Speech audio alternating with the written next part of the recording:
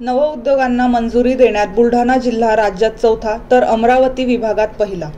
मुख्यमंत्री रोजगार निर्मिती कार्यक्रमात बुलढाणा जिल्ह्याने उल्लेखनीय कामगिरी करत राज्यात चौथं स्थान पटकावलं आहे। मागच्या आर्थिक वर्षात 1 एप्रिल 2024 ते 31 मार्च 2025 या कालावधीतील आकडेवारीनुसार बुलढाणा जिल्ह्याने 121.98% नवउद्योजकांच्या प्रस्तावांना मंजुरी देत उद्दिष्टपूर्ती साधली आहे। बुलढाणा जिल्हा 827 उद्योगांना मंजुरी देण्यात पहिल्या क्रमांकावर आहे। मुख्यमंत्री रोजगार निर्मिती योजनेद्वारे उत्पादन क्षेत्रातील उद्योजकाला 50 लाख रुपये तर सेवा क्षेत्रातील उद्योजकाला 20 लाखांपर्यंत कर्ज दिले जाते। सर्वसाधारण प्रवर्गातील उद्योजकाला कर्ज रकमेच्या 15 ते 25% तर विशेष प्रवर्ग SC, ST, अपंग, माजी सैनिक, OBC व अल्पसंख्याकांना 25 ते 35% अनुदान दिले जाते। Okay sir, role.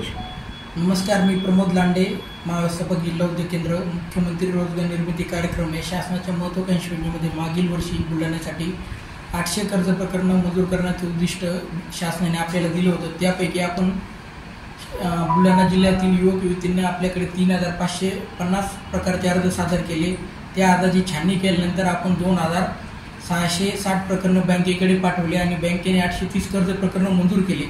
830 कर्ज मंजूर केलेल्या कर्ज प्रकरणापैकी 330 लाभार्थ्यांना बँकेने कर्ज वितरित केले आणि ह्या वितरित केलेल्या प्रकरणाचा मार्जिन मनी म्हणजे सबसिडी जवळजवळ 7.5 कोटी रुपये आहे। तसेच मी म्हणजे मुख्यमंत्री रोजगार निर्मिती कार्यक्रम ही शासनाची महत्त्वाकांक्षी योजना, याच्यात उत्पादक आणि सेवा प्रकारातील उद्योगांना शासनाने संधी दिली आहे। उत्पादक प्रकारच्या उद्योजकाची मर्यादा 50 लाखापर्यंत आहे, सेवा प्रकारच्या उद्योगाची मर्यादा 20 लाखापर्यंत आहे। यामध्ये शहरी व ग्रामीण यानुसार 25 ते 35% शासनाची सबसिडी दिली जाते आणि या योजनेत युवक सुशिक्षित बेरोजगार युवक युवतींना जास्तीत जास्त लाभ घ्यावा अशी मी नम्र विनंती करतो।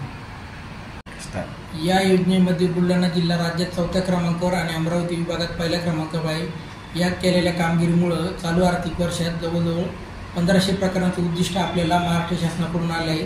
तर मी सर्व जिल्ह्यातील सुशिक्षित बेरोजगार युवक युवतींना आवाहन करतो की त्यांनी जास्तीत जास्त अर्ज GIC कडे ऑनलाईन पद्धतीने करावे आणि आम्ही त्यांची कर्ज प्रकरणे मंजूर करण्यासाठी प्रयत्न करू।